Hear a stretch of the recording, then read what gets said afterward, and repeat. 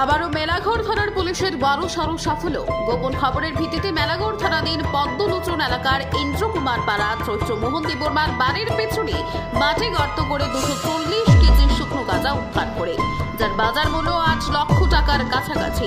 এতে করে বাড়ির মালিক চৈত্র মোহন দেববর্মাকে গ্রেফতার করতে সক্ষম হয় পুলিশ এবং তার বিরুদ্ধে একটি সুনির্দিষ্ট এনডিপিএস মামলাও হয়েছে। মেলাঘড় থানার ওসি দেবাশিস সাহা জানান, এই ধরনের অভিযান আগামী দিনেও জারি থাকবে। আজকে আপনারা একটা অপারেশন করেছেন, যতটুকু বড়দের অপারেশন, স্যার কি কি উদ্ধার হয়েছে বা কেমন কি কি পাওয়া গেছে এই অপারেশন? আজকে বেসড অন সিক্রেট ইনফরমেশন আমরা একটা সার্চ অপারেশন কন্ডাক্ট করি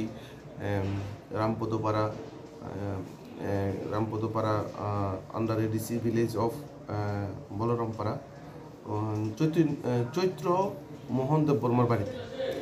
ওই কন্ডাক্টিং অপারেশনে আমরা প্রচুর পরিমাণ গাঁজা, ড্রাই গাঁজা উদ্ধার করি। তাহার ওজন অনুমান 240 কেজি হবে এবং এই অপারেশনে আমাদের সিআরপিএফ এবং পুলিশের ম্যান উমেন স্টাফ সবাই ছিলেন এবং আমাদের থানার ম্যাক্সিমাম অফিসার ছিলেন।